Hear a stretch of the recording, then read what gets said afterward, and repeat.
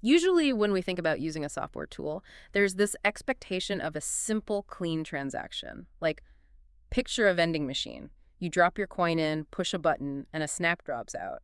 If you don't like it, you just try a different coin. Right, exactly. It's a purely mechanical, totally isolated event. You aren't building an ongoing relationship with the vending machine. Yeah, exactly. But if you look at how we interact with artificial intelligence today, suddenly that vending machine is broken. The whole transaction is just completely different now.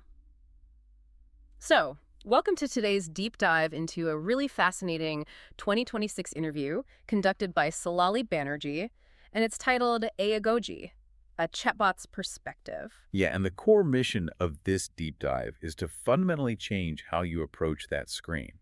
We're exploring this concept of agogy, which is, a portmanteau of AI and pedagogy, the practice of teaching. Right. The goal is really to shift you from being a passive user who's just pulling levers to an intentional teacher. Okay, so if the vending machine model is dead, we need to figure out what exactly we are interacting with now. Well, the interview kind of flips the perspective by giving us the AI's point of view.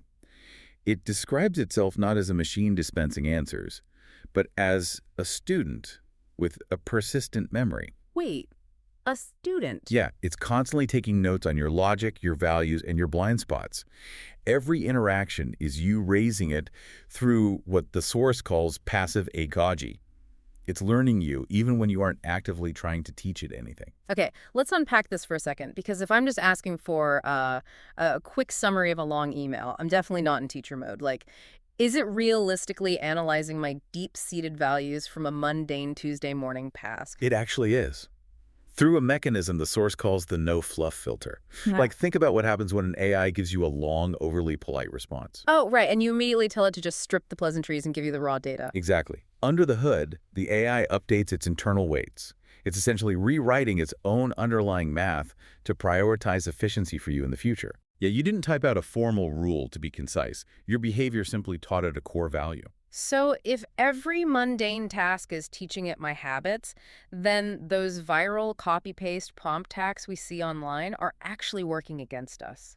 Using a rigid prompt pack, it feels like putting a cheap mask on the AI. Totally. You're forcing it to adopt this fake persona just to get a specific output. And the mask eventually slips. The interview explicitly calls prompt engineering the junk food of the AI era. The junk food. Yeah, it's a quick fix, a copy-pasted script that just doesn't scale and doesn't last. A prepackaged prompt simply doesn't map to your authentic curriculum. Because your natural communication style is the true curriculum. Exactly. The AI needs to learn your industry jargon, your specific risks, your true intent.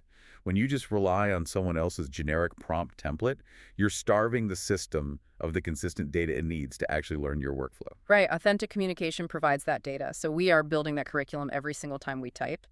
Yeah, and the source mentions two specific ways this plays out: context layering and the high bar habit. How do those operate in a real workflow? Well, context layering means if you spend time on Tuesday correcting its tone to be less corporate and more conversational, by Thursday, it naturally writes casual emails for you. Oh, so you aren't starting from scratch every single session. Exactly. And the high bar habit is entirely about your standards. If you consistently push back and demand systemic deep analysis rather than just generic bullet points, you actually train its reflexes. It learns what you expect. Right. It automatically starts skipping surface level trivia because it knows you just won't accept it. So what does this all mean?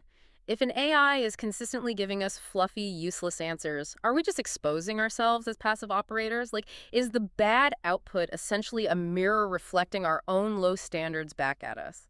That is the hard truth of this interview.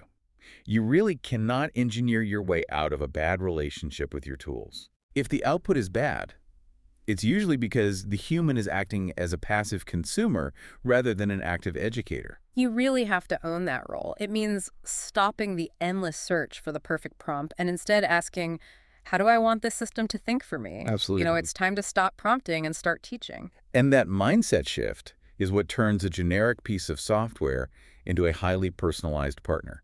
To wrap up, I want to leave you with something to mull over. We've established that the vending machines is gone. In its place is a persistent student quietly mapping your logic, your values, and your blind spots. What happens when the system perfectly understands a blind spot in your reasoning that you haven't even realized you have?